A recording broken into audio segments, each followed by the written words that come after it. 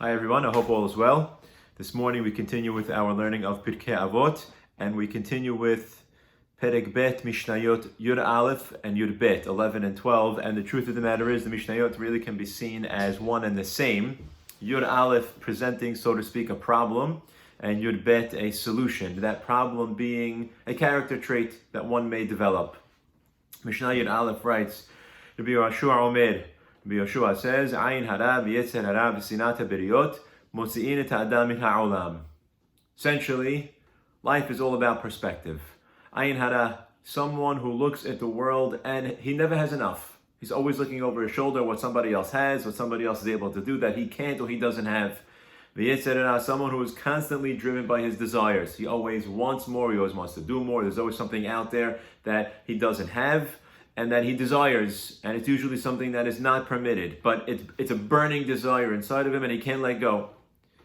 V'sinata b'riyot, and a hatred that he has for other people, take him out of the world. Essentially, again, the Mishnah is about perspective. Someone has a very bitter attitude towards life. He doesn't have enough, everybody else has more, he never has what he wants, there's always something else to get, and because of that, he engenders this hatred towards other people because they represent the haves and he is the have-nots. Take him out of the world, not physically, but metaphysically, socially, spiritually, emotionally, take him out of the world because he has made himself a non-entity. I don't exist because I don't have enough and I'm a nobody and everybody else is better. So he's essentially taken himself out of the world and he has created himself into a non-entity. Next Mishnah solution, attitude change. Rabbi Yosef Omer, the money of your friend should be as dear and important to you as your own money. And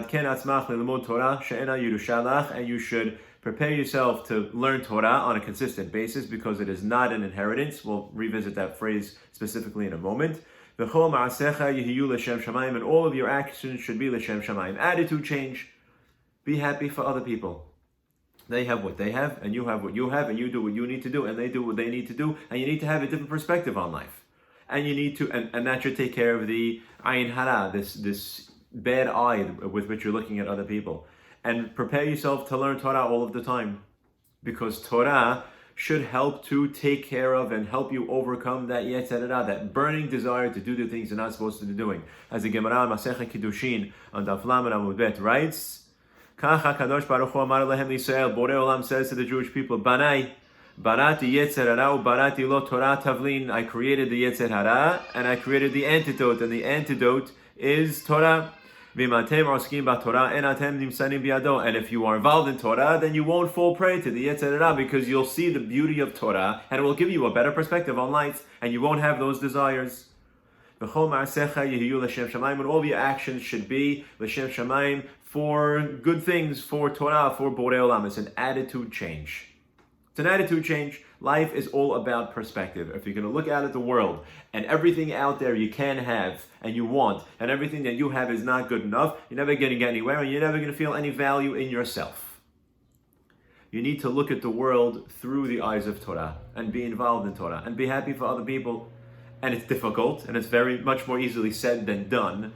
But that essentially gives someone life when they can feel as though they have enough to get by. Ezehu ashir hasamech bechelko. Then he's someone who exudes life, who exudes positivity, who exudes happiness. Life is about perspectives. It's famously said about the Jewish people after they left the Yam Suf, that they came into the desert and they're traveling for 3 days and there's no water and they were not able to drink the water. Ki marim hem.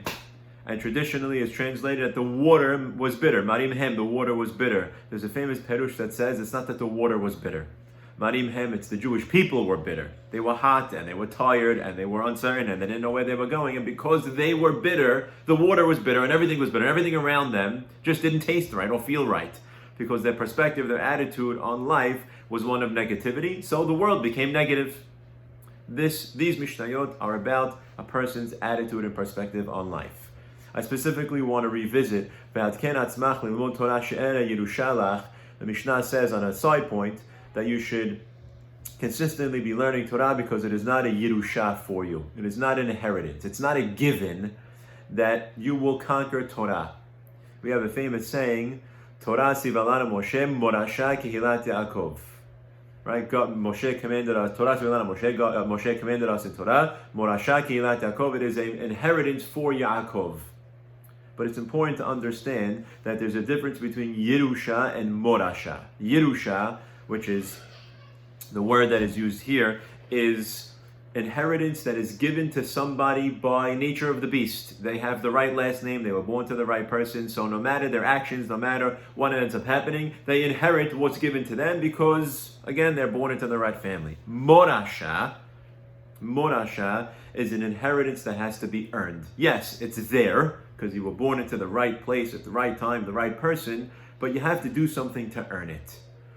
It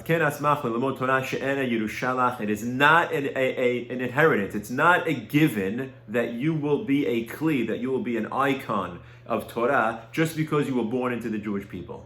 It's not that way. What is it? It's a morasha. It's an inheritance that was given over to the Jewish people, but you have to earn it.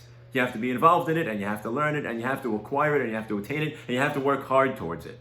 That is our inheritance, but it requires our hard work and our toil in order to be able to attain it and pass it on to the next generation. Life is about perspective. Our inheritance is Torah, and it's a beautiful gift that Borei Olam gave us. Be'ezrat Hashem, in the zechut of learning, we will bring an end to this pandemic very, very soon. Have a wonderful day.